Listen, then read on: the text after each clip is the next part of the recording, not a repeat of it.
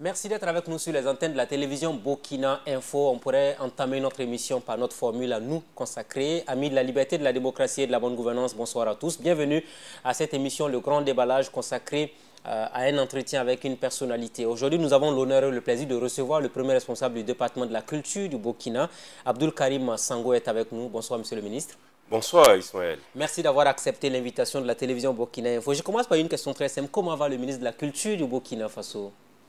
Oui, il y a une semaine de l'organisation de la célébration de la 26e édition et des 50 ans du FESPACO, on imagine que le ministre de la Culture, des Arts et du Tourisme vit un gros stress en ce moment parce que les enjeux autour de la réussite de cet événement sont des enjeux énormes. À part cela, le ministre de la Culture, des Arts et du Tourisme se porte très bien et tente comme il peut de relever les défis immenses qui supportent dans le département qu'il a en charge, notamment sur les questions de culture, des arts et du tourisme. Comment on peut aller bien quand on sait qu'on a créé la polémique, l'actualité avec les artistes musiciens lors du bilan? On vous a trouvé un peu trop direct, pas du tout tendre avec vos collaborateurs ou des personnes avec qui vous êtes censé travailler. Beaucoup ont trouvé même que vous n'avez pas été discourtois pour un ministre de la République.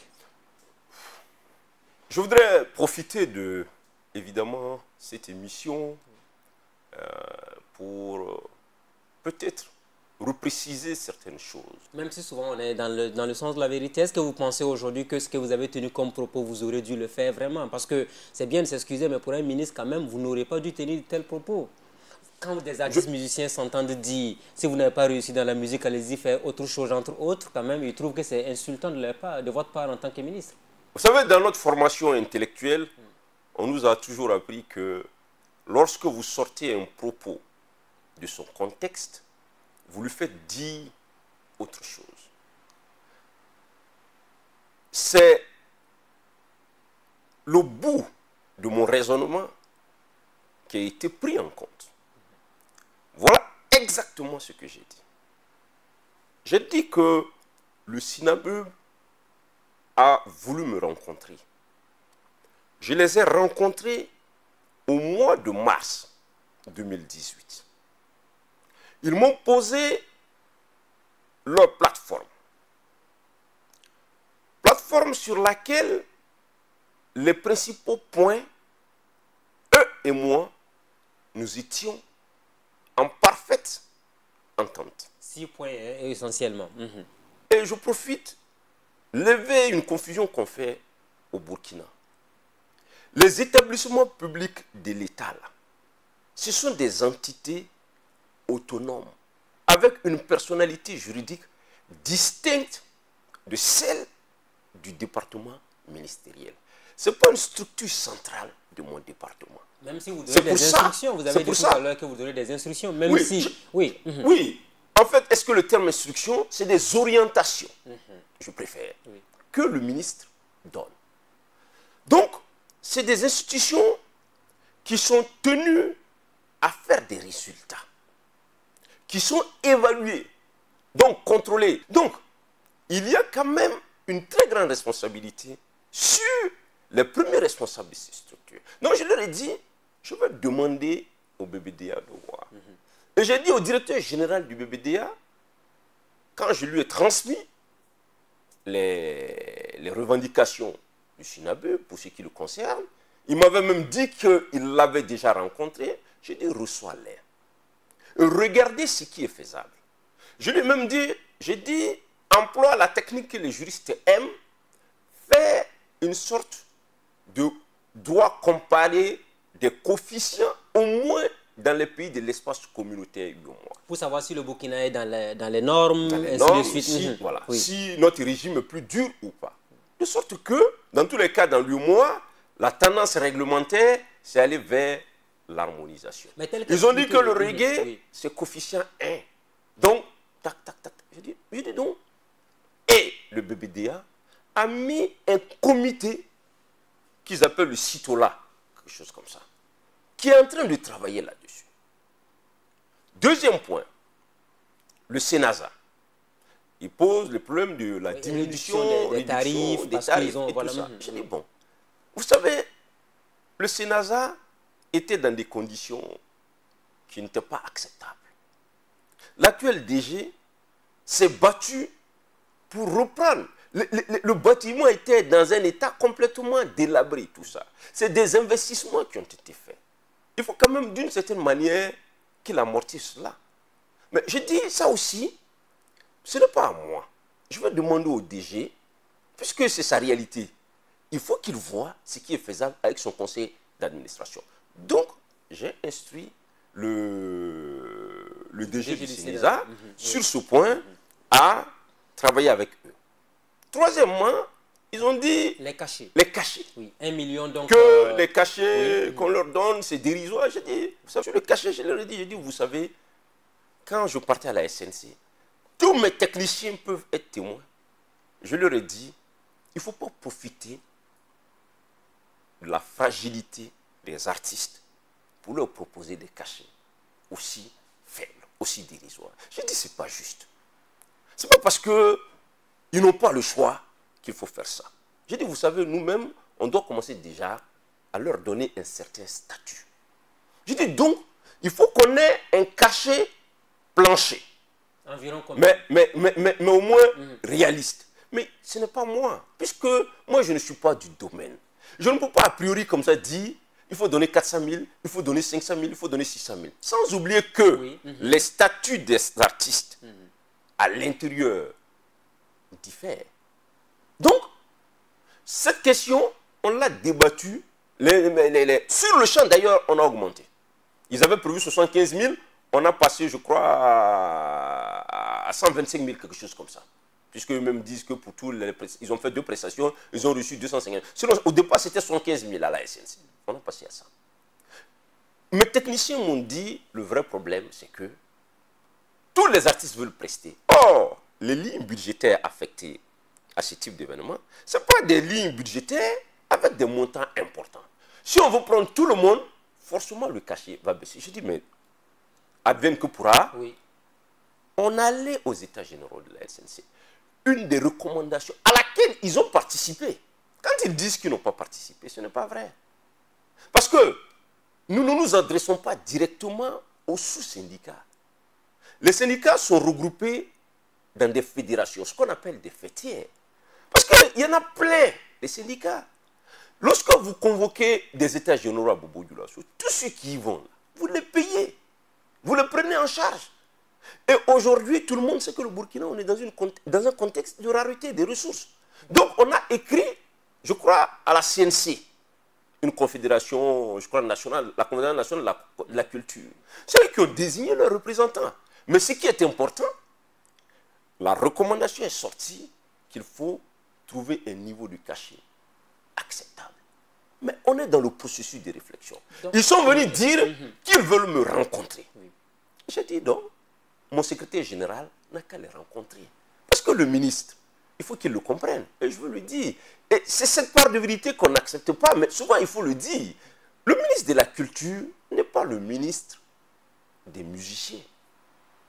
Il est à la fois le ministre des acteurs de la musique, les acteurs du cinéma, les acteurs du théâtre, les acteurs de la mode, les acteurs, et j'en passe. Ce qui fait que quand même, s'il doit passer tout son temps à recevoir tout ce monde, le ministre de la Culture... Il ne pourra plus travailler. En oubliant qu'il est aussi le ministre en charge du tourisme, qui est un secteur très stratégique. Donc, à la suite de cela que je leur ai dit, j'ai dit, bon, au lieu de faire un procès inutile au ministre, il y a un effort quand même de remise en cause. Parce qu'il y a des artistes pour lesquels ça marche. Donc, je voulais les inciter, évidemment, puisque si vous faites un travail de qualité, vous n'avez même pas besoin de rendre visite au ministre. Il y a plein d'artistes que je ne vois jamais. mais dont on parle à l'international comme au national. Quand ils viennent voir le ministre, c'est juste pour 5 minutes. Vous présentez un trophée éventuellement? Présenter un trophée, okay. Me dire qu'ils vont le représenter au Burkina à un grand truc à l'étranger. Je dis donc, il faut aller peut-être dans cette direction. Très certainement, dans la passion, dans la fougue, le propos, je l'ai dit, j'ai dit, si ça ne marche pas dans la musique, faites autre chose. Mais en fait, bon, on peut dire que c'est déplacé. Vous avez pris ça comme une plaisanterie? Non, je ne dirais pas que c'est une... Je n'ai pas pris ça comme une plaisanterie. Mais au moins c'est sérieux. C'est sérieux. C'est une invite à plus de sérieux, de dynamisme dans le travail qui est fait. Mais... Parce que lorsque nos artistes musiciens font un travail de qualité, c'est le Burkina qui est reconnu. Vous savez, il y a des pays là. On les connaît aussi à travers leurs artistes musiciens. Le Mali, pour prendre ne serait-ce que cet exemple. Mais le Mali, c'est Salif Keïta. C'est aujourd'hui le jeune qui vient de commencer hier là. Sidiki Diabaté. On en parle partout dans le monde. Tout le monde veut le voir. Donc, nos artistes musiciens doivent comprendre que la musique, c'est un art. C'est de la création et que ça exige beaucoup de rigueur. Mais revenons sur les cachets qui ont été demandés. 300 000 francs pour le playback, 1 million pour le live, pour les activités organisées par l'État. C'est quand même possible pour un pays comme le Burkina. Ce qui a choqué les artistes, vous avez pris le cas de la SNC. Sidiki Diabaté qui a été payé à hauteur de plusieurs millions de francs CFA, alors que nos artistes étaient en train de souffrir. On a même vu un promoteur, un manager d'artistes qui a dit que son artiste n'a même pas eu la possibilité de rentrer avec son véhicule au niveau du stade de la Misana à Bobo Dioulasso parce que tout simplement il est national. Non, ce n'est pas parce qu'il est national. Je vais vous expliquer. Ce manager, j'ai eu l'occasion d'échanger avec lui. C'est des dysfonctionnements liés au problème de la sécurité. Mais ça pose un problème aussi. Vous savez, on ne devient pas star du jour au lendemain. Sidiki Diabaté, c'est comme ça il s'appelle, non? Sidiki Diabaté. On veut, on ne veut pas. C'est une star presque mondialement reconnue, en dépit de son âge, pour la qualité de son travail. Donc, peut-être même les policiers, là, ils savent c'est qui vient. Il se trouve que nos artistes, même au niveau local, souvent les gens ne les connaissent pas. Et voilà. Et l'artiste en question, qui est une artiste de haute qualité, parce qu'il s'agissait de Eunice Goulard en question.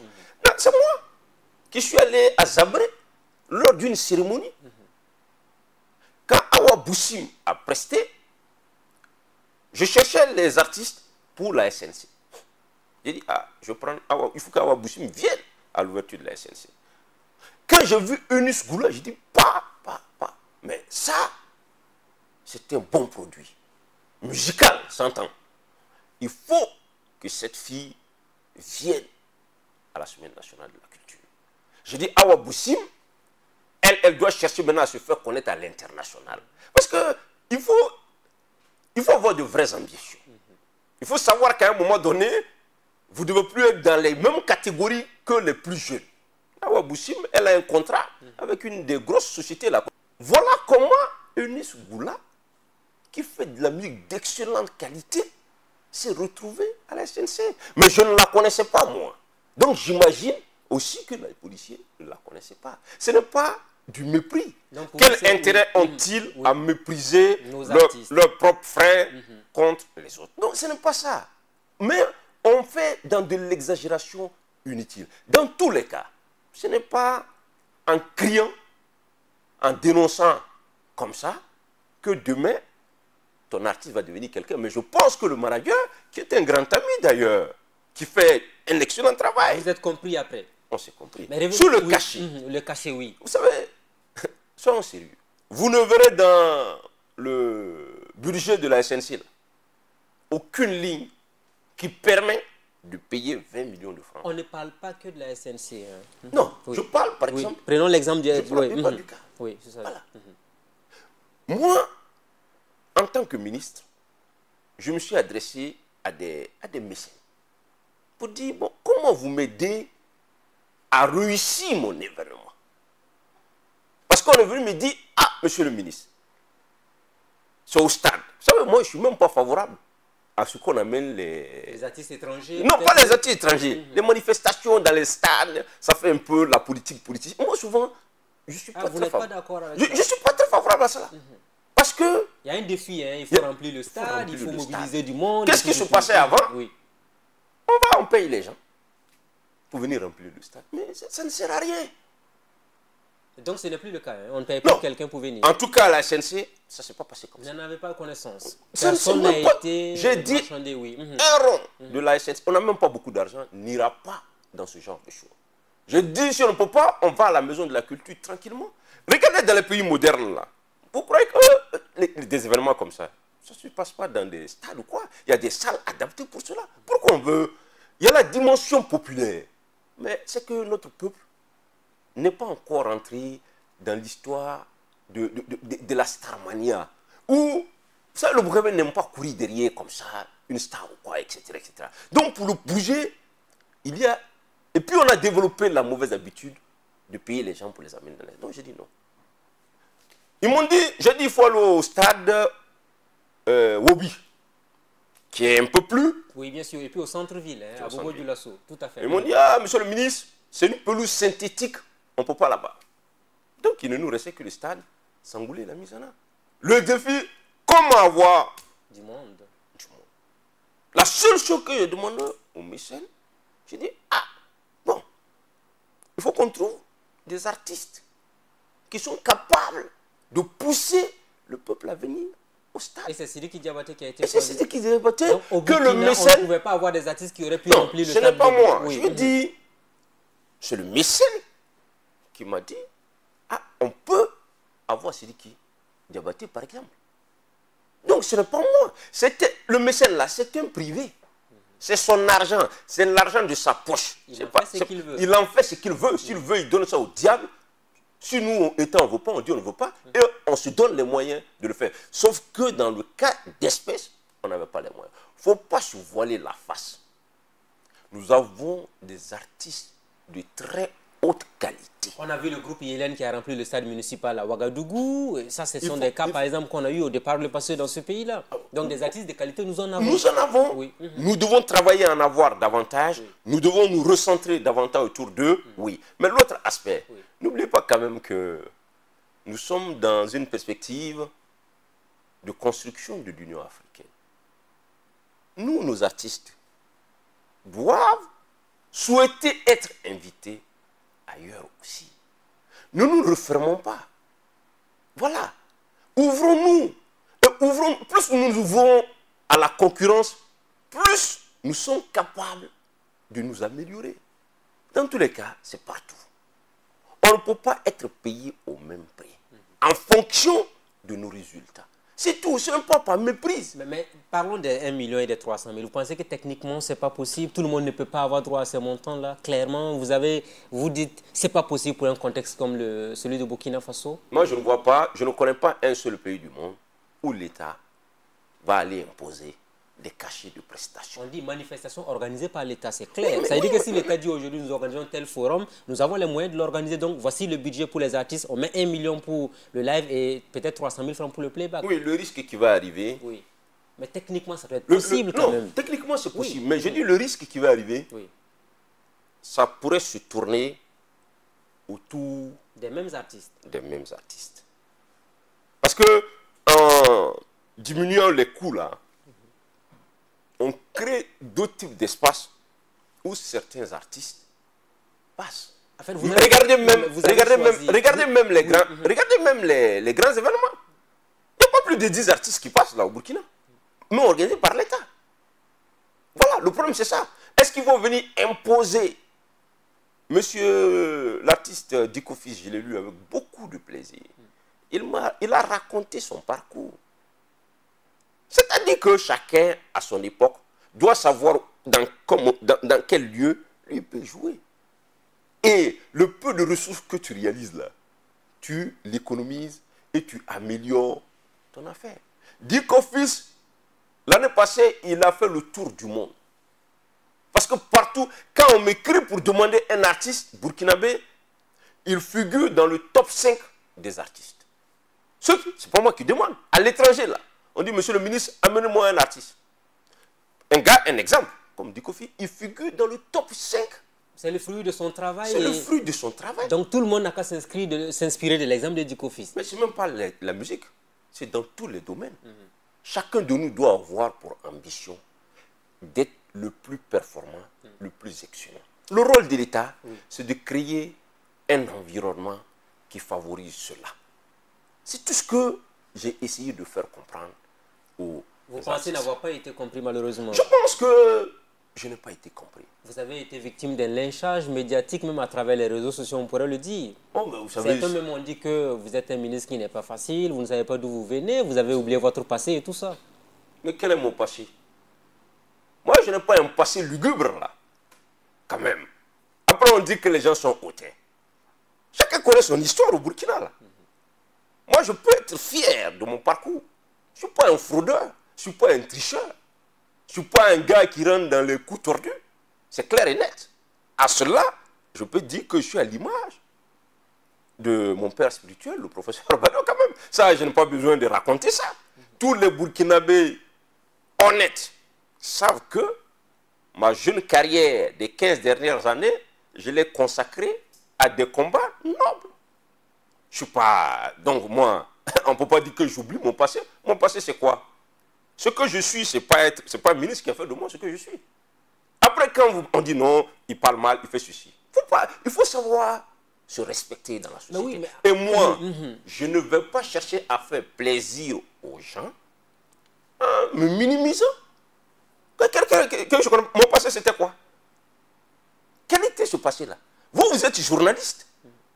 Vous avez été témoin oculaire des 15, 20 dernières années. Vous savez exactement au Burkina, là, qui parlait, qui a fait quoi, avec quoi. Donc ce langage de vérité va se poursuivre, hein, n'en déplaise à qui que ce soit. Moi? Ah non, non, non. Celui qui croit que parce que je suis ministre, devant la vérité, je vais changer, je préfère ne pas être ministre en ce moment. Parce que je suis conscient d'une chose, comme l'a dit Monseigneur Anselme Sanou Titiama, pour lequel j'ai le plus grand respect, c'est le mensonge qui va être la cause du malheur du peuple burkinabé. Aujourd'hui, on aime plus le mensonge que la vérité. Quand vous dites la vérité, vous devenez un problème. Quand vous regardez telle que la société fonctionne, il y a un avenir dans ça. Et en tant que membre du gouvernement, avec toutes les informations que nous avons, nous devons quand même, dans le respect des autres, évidemment. Il y a le respect de la fonction ministérielle aussi, tout de même. Même si vous voulez dire la vérité, vous devez savoir le dire. En quoi la fonction ministérielle doit m'empêcher de dire à mes partenaires, voilà dans quelles conditions nous devons travailler. En quoi? Vous avez utilisé un mot. Vous avez dit les mêmes personnes qui demandent 500 000 francs au ministère vont chez le Premier ministre, vont chez le président. Vous avez même parlé d'escroquerie finalement. On trouve que c'est une insulte. Mais c'est de l'escroquerie. Et vous le confirmez à 100%. C'est de l'escroquerie, mon cher ami. Si vous venez voir Sango pour le financement d'une activité, dans le cadre de l'action gouvernementale, ayez l'honnêteté de lui dire, ah, j'ai bénéficié d'un appui du président, j'ai bénéficié d'un appui du Premier ministre. Mais les ressources qui me sont allouées ne sont pas suffisantes pour l'activité. Est-ce que c'est possible? Parce que, que ce soit le président, que ce soit le Premier ministre, que ce soit Sango, c'est quasiment quand même les ressources de l'État. De sorte que les ressources puissent profiter à un maximum de personnes. C'est ce que j'ai dit. Lorsque vous-même voyez, vous venez vous demander, monsieur le ministre, soutien, nous on a un programme d'activité, ça fait 50 millions. Vous regardez. Vous n'êtes pas capable, à titre personnel, de mobiliser 10% de ça. Vous voulez qu'on vous finance ça? C'est pas réaliste pour vous? Non, je pense que ce n'est pas réaliste. Vous savez, moi, j'ai été étudiant. Nous avons organisé des conférences. Nous avons organisé des activités. C'est avec des modestes moyens qu'on le faisait. Sauf qu'ici, on parle de l'État. On ne parle pas de la vie d'étudiant. Non, je veux dire, nous partions demander des ressources à des aînés, etc. On l'organisait avec des moyens, des moyens modestes, je veux dire. C'est ce que je dis. Donc, dans tous les cas, ce n'est même pas la faute, forcément, de ces acteurs. Il appartient au ministère, comme je l'ai instruit très bientôt, pour ce qui concerne au moins le ministère de la Culture, le Fonds de développement culturel et touristique, le BBDA, de mettre un mécanisme en synergie qui nous permette d'éviter les doubles, triples financements. Donc désormais, plus de possibilités d'avoir un triple financement des différentes structures au Burkina Faso. D'ailleurs, même nos textes que nous avons élaborés, que nous allons travailler à perfectionner, disent que, au titre du ministère de la Culture et de ses structures rattachées, vous ne pouvez pas, pour le même projet, bénéficier d'un double financement. Il y a un problème. N'oubliez pas que toutes ces activités ont une dimension commerciale. Ceux qui le font, s'ils le faisaient à but non lucratif, on le comprendrait. Mais à partir du moment où il y a la dimension commerciale, économique derrière, vous devez vous-même vous endetter, vous engager. Parce que le bénéfice que vous en retirez après, vous ne le partagez pas avec l'État. Voilà. Mais comme l'État, et c'est le cas du ministère de la Culture, doit travailler à ce que nous ayons une vie culturelle dynamique. L'État doit donc favoriser, faciliter un environnement acceptable. Acceptable. Alors, est-ce que vous voulez éviter aujourd'hui de tomber dans le même piège que votre prédécesseur Tahirou Barry? Parce qu'on dit, lui, au moins, s'il était un peu large, mais Sango, lui, il est difficile, il ne donne pas de l'argent aux gens, et ainsi de suite, oui. Les faits sont simples. Hein? Oui. Il y a un fonds de promotion de la culture et du tourisme collecté sur les téléphonies pour que le gouvernement puisse promouvoir et la culture et le tourisme. Parce que dans la loi d'orientation sur le tourisme, il avait été prévu de créer un fonds de promotion du tourisme. Dans un environnement dont je ne maîtrise pas tous les contours, on n'a pas mis en place ce fonds. On a créé le Fonds de développement culturel et touristique, qui était un établissement autonome. Et puis on a mis ce fonds de promotion, qui globalement fait à peu près 2 milliards par an. Qu'est-ce qui se passe? Le problème que mon collègue a eu, c'est que ce fonds, le ministre Rassi, Ismaël vient, je fais cassette. Le ministre dit 500 000, 1 million. Viens, je fais théâtre, 3 millions. Ah, je vais voyager, 5 millions. Ah, je veux construire hôtel, 10 millions. Mais c'est quoi ça? Lorsque moi je suis arrivé, j'ai dit à mon DAF, à l'époque, j'ai dit au secrétaire général, j'ai dit à mes collaborateurs, j'ai dit, mais quand même, ça, c'est pas conforme quand même aux normes de bonne gouvernance. Le ministre ne peut pas, comme ça, puisque ce n'est pas un fonds secret. Au Burkina, la loi autorise le président du Faso, le président de l'Assemblée nationale, le Premier ministre, je pense principalement les trois, à disposer d'un fonds qu'ils peuvent utiliser comme ils veulent. Comme ils veulent. Mais ici, c'est un fonds qui est destiné à la promotion de la culture, des arts et du tourisme, qui doit être utilisé. Dans ces différents montants, on ne fait pas de la promotion de la culture, des arts et du tourisme éventuellement. Mais le risque, oui, c'est que lorsque c'est laissé à l'initiative discrétionnaire du ministre, le ministre peut choisir ses copains leur donner. Mais c'est des ressources publiques. Le ministre même peut donner et puis retourner prendre aussi. Mais c'est des ressources publiques. C'est pour ça que les anciens ministres avaient créé un mécanisme. Le CERES, je crois que c'est un comité d'évaluation des requêtes pour les subventions, quelque chose comme ça.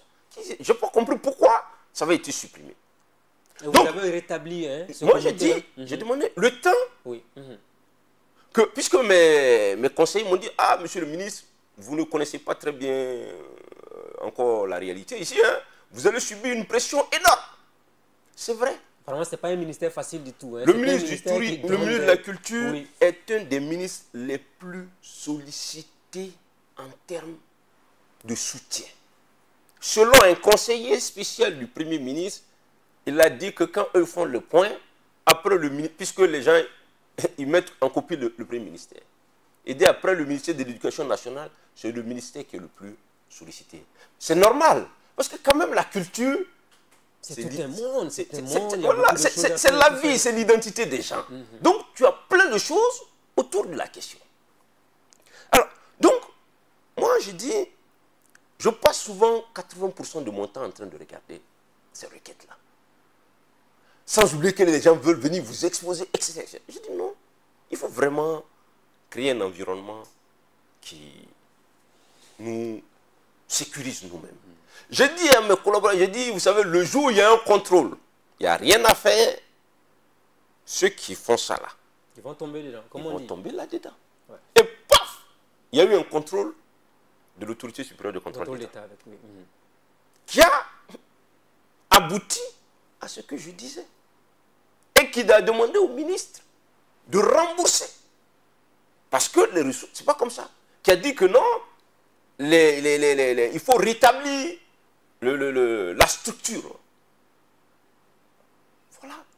Ce qui fait que du coup, les choses ne peuvent plus être comme avant.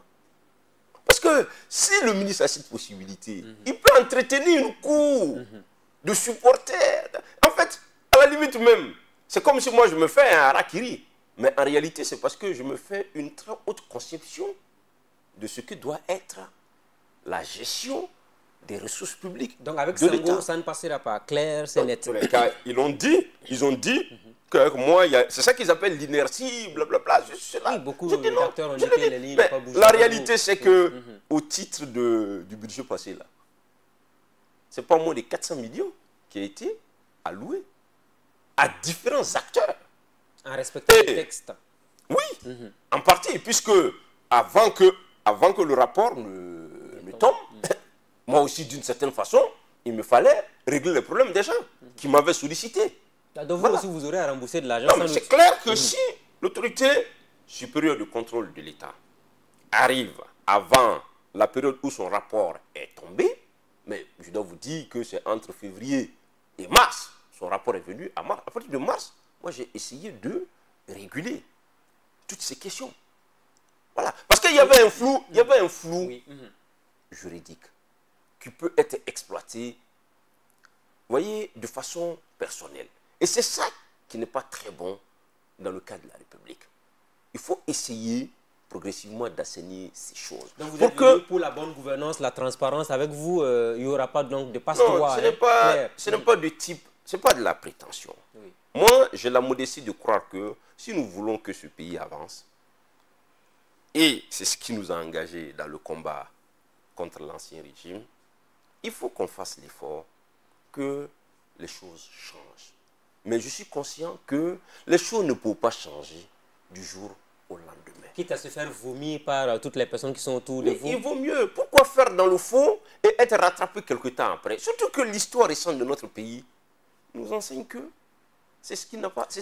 Les acteurs culturels qui nous regardent, les musiciens et autres, là, quand ils vont vous entendre, ils vont dire avec lui, là, certainement que l'avenir est sombre et on n'aura pas de l'argent, on n'aura pas de financement, tout sera compliqué à partir de maintenant, plus que jamais. Ce que je leur propose, moi, et je leur dis, c'est un contrat de réorganisation du secteur. Pour que, au lieu que ce soit le gouvernement qui leur donne l'argent, ce soit eux qui donnent de l'argent au gouvernement, en payant des taxes, en payant des impôts, parce que leurs produits marchent sur l'espace, sur le marché. Je vous donne un exemple. Un grand problème qu'on a, c'est la diffusion de la musique burkinabé. On a parlé de quotas à un moment donné. Je ne parle pas dans les médias même. La commercialisation, là. Vous voulez acheter de la musique burkinabé, vous ne savez même pas où vous allez trouver. Je leur ai dit, c'est pour ça que je fais l'atelier. Dans certaines surfaces, on peut en avoir. Je fais l'atelier. Combien de surfaces aujourd'hui? Oui. Est-ce que ça suffit pour capitaliser toutes les ressources qu'eux, ils investissent dans ce travail? Le marché n'est pas bien organisé. Le marché n'est pas bien structuré. Et qui doit le faire? L'État et les acteurs. Donc moi j'ai dit, par exemple, nous tous aujourd'hui, nous avons des plateformes Internet où on achète de la musique. J'ai dit, mais mettons en place. Ensemble, l'État appuie la mise en place d'une plateforme où vous pouvez aller sur Internet vous achetez de la musique burkinabé. À côté du marché classique, puisque la tendance aujourd'hui, vous voyez, si je suis à Yokohama, au Japon, je veux de la musique burkinabé. Je l'obtiens comment? Or, si je vais sur une plateforme numérique, je peux avoir tous les produits artistiques du Burkina, j'achète. C'est des mécanismes qui existent, que moi je leur propose. Mais personne, ça ne semble pas, en tout cas, pour le moment, intéressé. Les acteurs. Les gens veulent l'argent liquide de l'État et puis pouvoir l'utiliser comme ils veulent. Alors, le temps avance, il faut qu'on évolue dans l'émission. Est-ce qu'il faut dire clairement que le dialogue est rompu entre vous et tous ces partenaires qui se sont sentis un peu frustrés par vos propos? Non, le dialogue ne peut pas être rompu. Vous allez les rencontrer, vous allez discuter. Le dialogue, de mon point de vue, est un élément fondamental. Et ceux qui pensent qu'il faut que même Abdou Karim Sango démissionne pour avoir tenu des propos désobligeants en tant que ministre? C'est trop facile, vous savez. Que parce que vous n'êtes pas content des propos du ministre, sont-ils représentatifs du monde, de la culture, des arts et du tourisme? Eux, ils ne sont qu'un maillon. Parce que là-dedans, il y a le cinéma, qui est le maillon le plus important, qui tire. Dans mon département, un des maillons les plus stratégiques, c'est le tourisme. Allez leur demander, les acteurs du tourisme, s'ils ont des problèmes avec le ministre. Même dans les acteurs musiciens, les acteurs que j'appelle, ils vont dire encore que ce que j'appelle moi les acteurs majeurs. Demandez-leur. Est-ce qu'ils ont des difficultés avec moi? Non.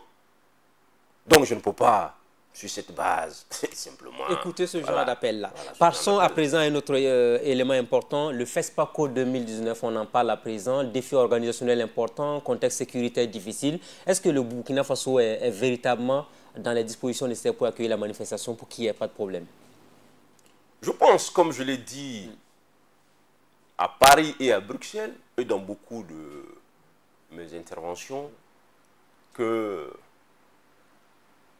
le Burkina Faso est reconnu comme État, comme étant du moins un des pays, en tout cas du moins africain, qui excelle dans la bonne organisation des grands événements. Mais les contextes ont changé. Aujourd'hui, nous sommes plus dans le terrorisme, nous sommes plus dans un contexte difficile.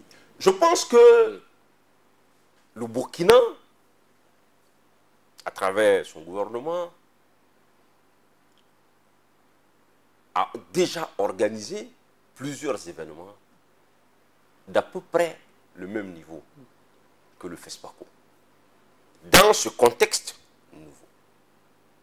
Donc, nous avons appris à anticiper. Je m'en tiens à cet exemple. En 2018, au mois de novembre, il faut être burkinabé pour le réussir. C'est important. Souvent aussi, on ne fait pas attention à notre force. À ce qui marche, en fait. À ce qui marche. Dans la même semaine, l'État du Burkina Faso a organisé le Salon international de l'artisanat de Ouagadougou. Et le Tour du Faso. Le Tour du Faso et les recrées théâtrales. Dans la même semaine. C'était des millions de personnes. Même pas un cheveu de quelqu'un n'a été touché.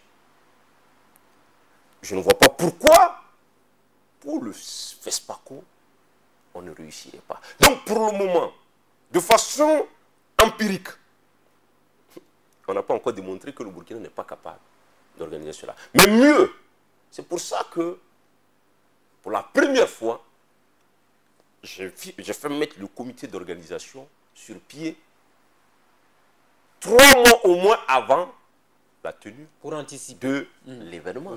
Et dans le comité d'organisation, on a la sécurité. Je ne peux pas vous parler de tout ici. Mais l'avantage de cet événement, c'est que c'est un événement auquel le président du Faso tient au plus haut point sa réussite. Il a donné des instructions claires et fermes aux forces de défense et de sécurité. Donc les festivaliers peuvent voyager tranquillement, les Burkinabés peuvent se rassurer, tout va bien se passer. Pour le FESPACO. Alors, Mais, oui, mais j'ai dit ça aussi, on a dit que je parle mal. J'ai dit, les sociétés où l'insécurité a la chance de se développer plus facilement, c'est des sociétés où les populations manquent de discipline. Parce que dans le désordre, c'est difficile de maintenir. donc nous sommes responsables de ce qui nous arrive au Burkina. Non, il ne faut pas faire de mélange. Je parle de mon événement. J'invite la population à respecter scrupuleusement les consignes qui peuvent souvent nous apparaître un peu trop exagérées. J'ai vu aussi j'ai vu des gens sérieux, honnêtes, qui se plaignaient. Mais je leur ai dit, vous voyez, si on ne fait pas ça, quand il va y avoir un problème de sécurité, vous allez taper sur le gouvernement. Quand même, le gouvernement, c'est vous qui l'avez mis là. Ce gouvernement, acceptez que les mesures qu'il prend, il pense les prendre pour le bien de la population. Sinon, ça n'a pas de sens qu'il soit là. Maintenant, oui. Le gouvernement, c'est des hommes. Nous pouvons nous tromper. C'est pour ça que j'ai dit aux gens, il faut critiquer. Moi-même, je l'ai fait pendant longtemps. Mais il faut critiquer dans le respect des uns et des autres. Parce que si vous ne respectez pas l'autre, déjà, il n'est même pas préparé à vous écouter. Ce qui fait que votre critique n'aura pas de sens. Donc, ce que je demande aux gens, des consignes strictes seront données. Il faudra, en tout cas, malgré les petits désagréments que ça crée, il faudra vraiment le respecter. La particularité du cinquantenaire du FESPACO, c'est quoi? Déjà, c'est les 50 ans. Vous savez que le Burkina est le seul pays dont un des événements a tenu aussi longtemps. Il y en a qui ont essayé de copier dans le domaine du cinéma, avec de grands moyens. Avec des festivals qu'on a vus un peu partout qui n'arrivent pas à atteindre toujours le FESPACO. Qui n'arrivent pas à atteindre le FESPACO. Oui. Donc la particularité, c'est quand même le chemin parcouru. C'est pour ça que le thème fait un appel à l'histoire. Pour que les jeunes comprennent que c'est dans l'abnégation, c'est dans l'amour du travail bien fait, c'est dans la transparence, l'honnêteté, que ce festival a pu être conduit de 1969 à aujourd'hui. Et que pour les 50 prochaines années, il ne faut pas que cet héritage, parce que on n'a pas conscience d'où il vient, il ne faut pas que cet héritage, qu'il soit bradé. Que cet héritage soit bradé. Parce que ce que les gens ne savent pas, ou qu'ils feignent de ne pas savoir, c'est que le Burkina fait beaucoup de jaloux. Parce que le FESPACO, c'est le festival du cinéma où, j'allais dire, c'est l'activité culturelle la plus connue dans le monde quand on parle de l'Afrique. Aux 5 coins du monde. Vous avez eu le temps de le constater à Bruxelles et à Paris. À Bruxelles, à Paris. Les invitations, le monde qui veut venir à cet événement. Il y a de quoi être fier d'appartenir au Burkina Faso et à ces gens. Et à l'Afrique. Et à l'Afrique surtout. Parce qu'aujourd'hui, c'est un patrimoine. Et c'est important. J'écoutais le président Thomas Sankara tout à l'heure sur une radio, quand il faisait son discours en 1987. Vous savez le problème, c'est quoi? Nous tous là, on regarde la télévision. On regarde des films. Mais les films, 80% de leur contenu là, c'est des programmes souvent à caractère cinématographique et autres. Mais quand vous regardez un film, vous regardez la culture de l'autre, vous regardez l'identité de l'autre. Et il est prouvé que plus vous regardez la culture et l'identité de l'autre, ça peut vous transformer. Donc dans cette ère de globalisation, le FESPACO et le cinéma est la voix du cinéma africain dans le monde. Nous devons travailler à le préserver. C'est pour ça qu'un pays comme l'Algérie qui a compris quand même la dimension panafricaine, nous a plu à pas moins de 150 millions. Ce soir à 18 h, soyez à l'aéroport. Pour leur contribution, ils font venir un cargo avec du matériel de sonorisation pour que la fête soit belle. Ils viennent nous accompagner. Un exemple parmi tant d'autres qu'il faut encourager. En tout cas, on va souhaiter à tout le monde un bon festival panafricain du cinéma et de la télévision de Ouagadougou. Un mot sur le tourisme aujourd'hui. On dit que les Burkinabés ne visitent pas assez les sites touristiques qui ne sont du reste pas accessibles. Qu'est-ce qu'on peut faire au niveau du ministère de la Culture pour promouvoir la destination Burkina Faso à travers le développement endogène du tourisme? Bon, je dis que dans le cadre du mandat qui nous est confié auprès du chef de l'État, il nous reste 2 ans. Le Premier ministre a dit lui-même, lors de l'installation du nouveau gouvernement, qu'il faut quand même recentrer les objectifs. Le ministère, il y a beaucoup à faire. Mais moi, j'ai transposé le discours chez moi, j'ai dit à mes collaborateurs, j'ai dit, 2019, il faut qu'on mette le tourisme en pole position. Parce que mon ministère, on a l'impression que c'était un ministère bancal. Parce qu'il y a 2 pieds, la culture, les arts et le tourisme. Mais on parle trop de la culture. On fait très peu de choses dans le tourisme. Or, les statistiques mondiales nous démontrent que le tourisme, c'est des milliards dans le monde. Et qu'il y a des pays dont l'économie entière repose sur le tourisme. Mes recherches m'ont permis de comprendre qu'aujourd'hui, les pays producteurs de pétrole, de quoi, d'or, de diamants, ont compris que... Même l'Arabie Saoudite a commencé à s'ouvrir pour le tourisme. Pour le tourisme. Voilà. Donc, il faut que nous opérions un choix stratégique. Mais vous savez très bien, ce n'est pas les 0,39% de mon budget là que je pourrais faire ça. Parce que c'est un secteur qui... Vous parlez par exemple de l'accessibilité. Ben oui, on veut aller à la cascade de Banfora, on veut aller à Sendou, mais on n'a pas de route pour y aller. Moi, je pense que dans le cadre du 11 décembre prochain, je vais me battre, si je suis toujours ministre de la culture, des arts et du tourisme, même si je ne suis pas aussi ministre, en tant que citoyen, pour interpeller, parce que maintenant quand même, j'ai une certaine cartographie de tout ça, pour que on améliore les voies d'accès à ces lieux. Mais ce qu'il faut faire surtout, il nous faut nous ouvrir au privé. Il faut qu'on démontre à nos privés qu'est-ce qu'ils peuvent gagner en allant investir nos principaux sites touristiques. Sans privatiser les sites touristiques. Non, c'est un partenariat public-privé. C'est-à-dire qu'on peut leur confier, il n'y a aucun risque, il faut être réaliste. L'État n'a pas d'argent pour investir. Le rôle de l'État, ce n'est pas de gérer aujourd'hui des sites touristiques. Ça, il faut le comprendre. Il y a 2 moyens de le faire. La gestion, c'est ce que nous proposons, c'est le recours à l'actionnariat populaire, qui est une idée originale. De Laurent Bado, hein? Il en a parlé à plusieurs reprises. C'est-à-dire que chaque Burkinabé devienne co-actionnaire d'un plan d'investissement dans un site touristique. Ce qui fait que quand vous prenez vos vacances, vous croyez obligé d'y aller. Ça se fait à Dubaï. Vous savez, de Dubaï, on vous appelle. On dit, ah monsieur, devenez co-actionnaire d'un hôtel.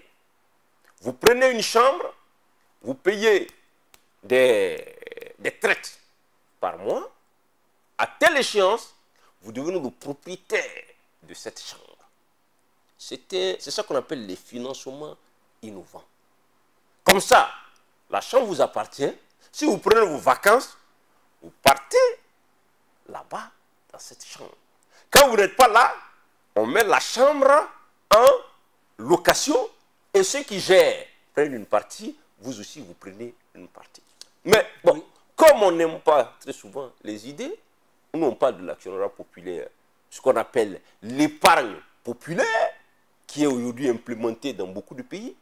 Au lieu de nous écouter, on écoute plutôt celui qui est en train de parler, au lieu d'écouter les idées que nous proposons. Voilà nous proposons cette modalité, et puis nous allons demander à nos privés de voir ce qui peut être fait, ce qui va nous permettre. Donc il va falloir travailler surtout avec les médias que vous êtes pour valoriser la destination Burkina. Parce que le constat aussi, je le dis à mes techniciens, même si les gens veulent aller, ils ne savent pas c'est où. Ils ne savent pas quelles sont les potentialités. Ça, c'est le travail de vos équipes. Hein. Il y a du travail à faire à ce niveau.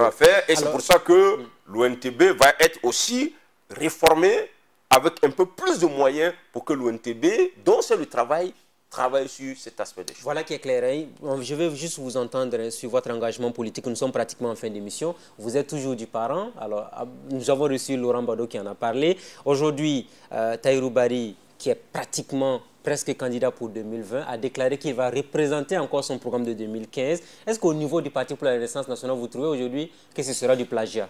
Non, je souhaite ne pas faire trop de commentaires sur l'engagement politique de Tahirou Barry. Mais vous l'avez remplacé, on dit que vous étiez jaloux de lui depuis un bout de temps. Ça engage ceux qui l'ont dit.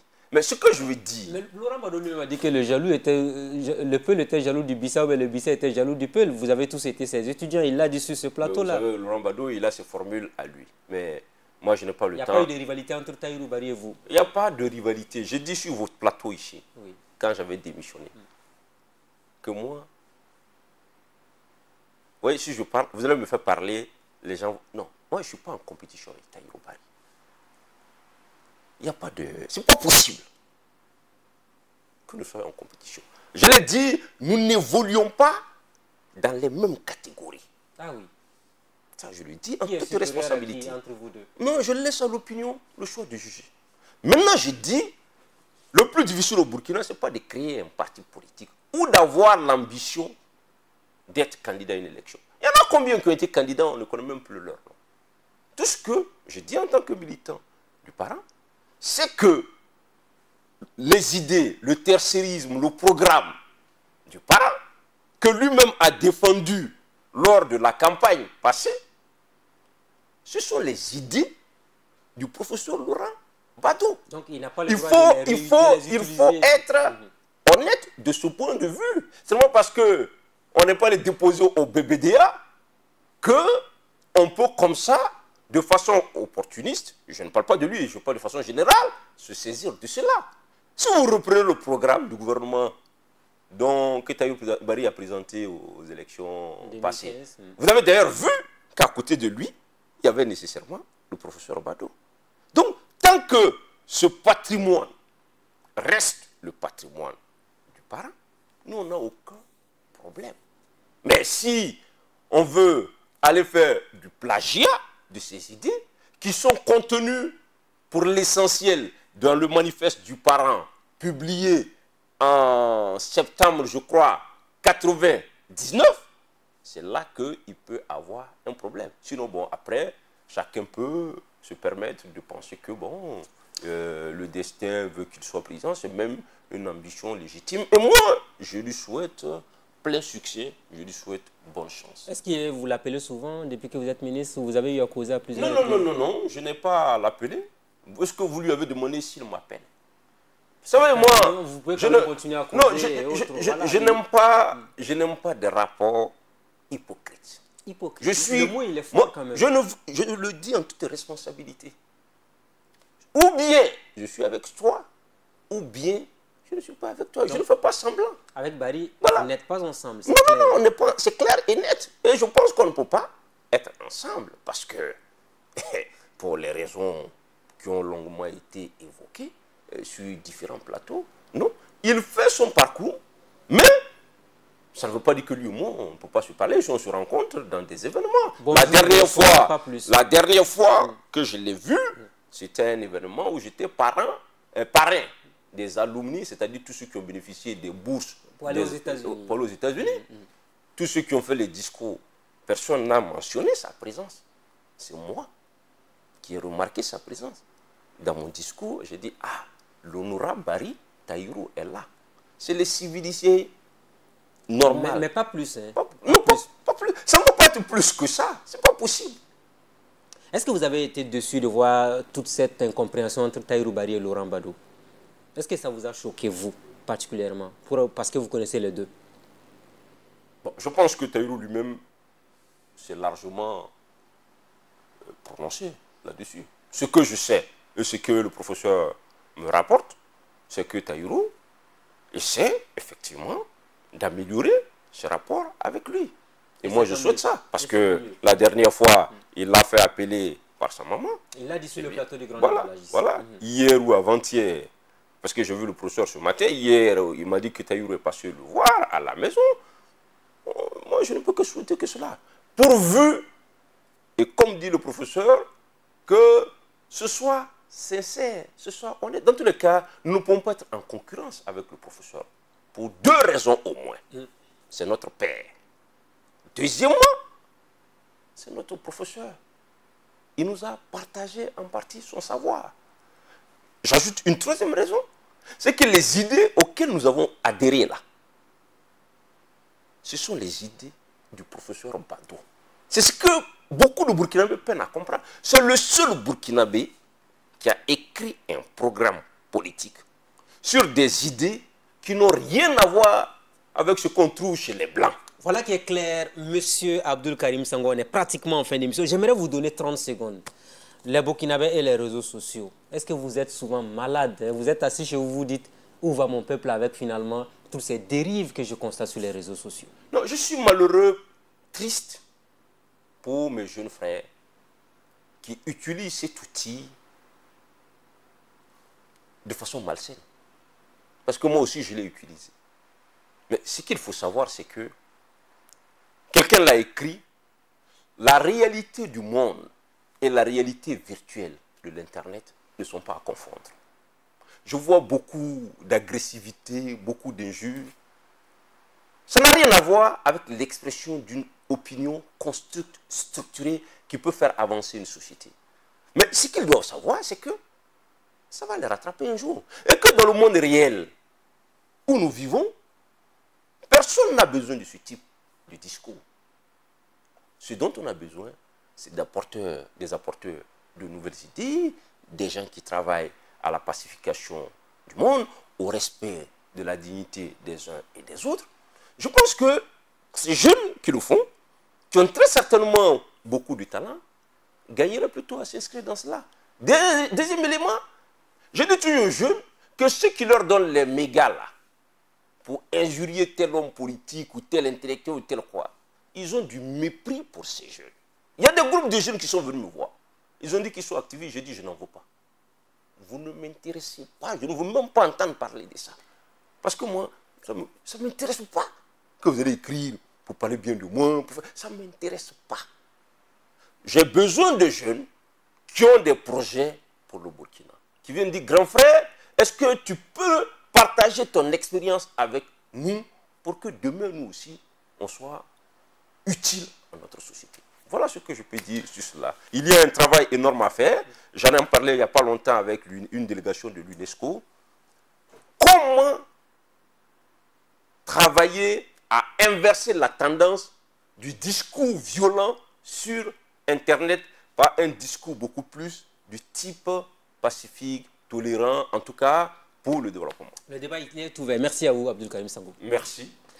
Aux téléspectateurs de Burkina Info, merci à tous et à chacun. Ainsi prend fin le grand déballage de ce jour avec le ministre de la Culture, Abdoul Karim Sango. Très bonne suite de programme à tous et à toutes. Rendez-vous la semaine prochaine avec un nouvel invité. Bonsoir chez vous.